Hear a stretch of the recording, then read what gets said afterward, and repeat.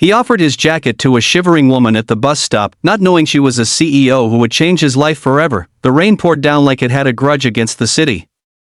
Wind howled through the empty streets, bending the streetlights and carrying the bitter cold straight into people's bones.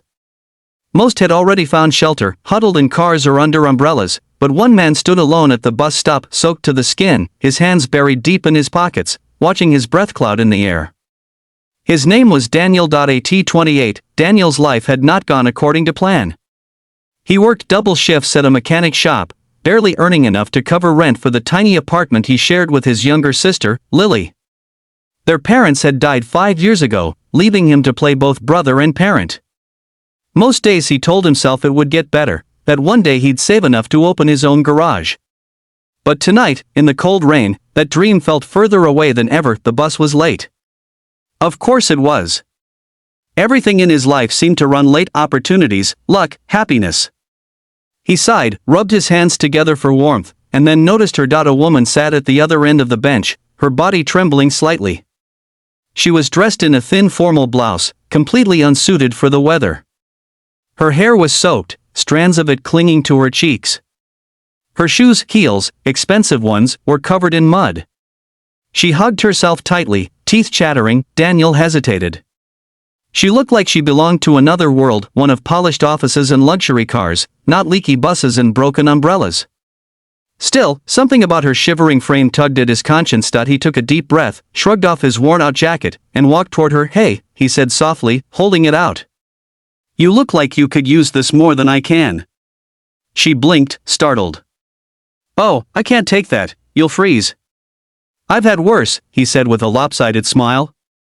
"Please. Just take it." Reluctantly, she accepted it, pulling it around her shoulders.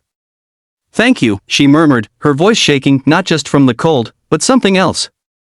There was a quiet sadness in her tone, something heavy behind her eyes. They stood in silence for a while, the rain falling harder. Eventually, the bus arrived. Daniel helped her on board and sat beside her. "I'm Daniel," he said, extending a hand. "Claire," she replied, managing a small smile. Claire Evans. The name didn't mean much to him, but if he'd read business news, he might have recognized it, the CEO of a fast-growing tech company that had been in the headlines for weeks. But right then, she was just a woman with tired eyes and shaking hands, sitting next to a stranger who'd given her his only jacket. They talked quietly as the bus rumbled through the wet streets. She mentioned she'd had a rough day, and Daniel didn't press for details. He just listened, something few people ever did for her. When they reached her stop, she hesitated before getting off. "Thank you again," she said. "For the jacket and for not asking questions." He smiled. "Take care, Claire." She stepped off the bus and disappeared into the night, but she couldn't forget the warmth of that old jacket or the kindness of a man who had nothing yet gave something. 2 weeks later, Daniel's life hit a new low. The garage he worked at shut down unexpectedly. The owner couldn't afford to keep it running.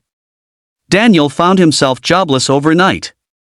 With bills piling up, and Lily's college tuition due, he spent his days handing out resumes and his nights lying awake, wondering if life would ever give him a break. One afternoon, he sat in a coffee shop with his last few dollars, staring blankly at a newspaper filled with job listings. Then he saw her. Claire, wearing a sleek navy coat this time, her posture straight, her eyes alert. She recognized him immediately. "Daniel?" He blinked. "Claire? Wow, what are the odds?" She smiled warmly and gestured to the seat across from her. "I never got to thank you properly for that night.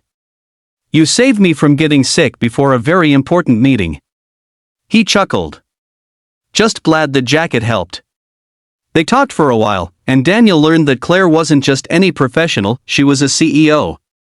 But what struck him wasn't her success, it was how she looked at him, genuinely interested in his life. When he mentioned losing his job, she frowned thoughtfully. "You said you worked in auto repair," she asked. "Yeah, been fixing engines since I was a teenager." "It's all I know." "Then maybe I can help," she said. Daniel laughed softly. "I appreciate it, but I doubt your company needs a mechanic."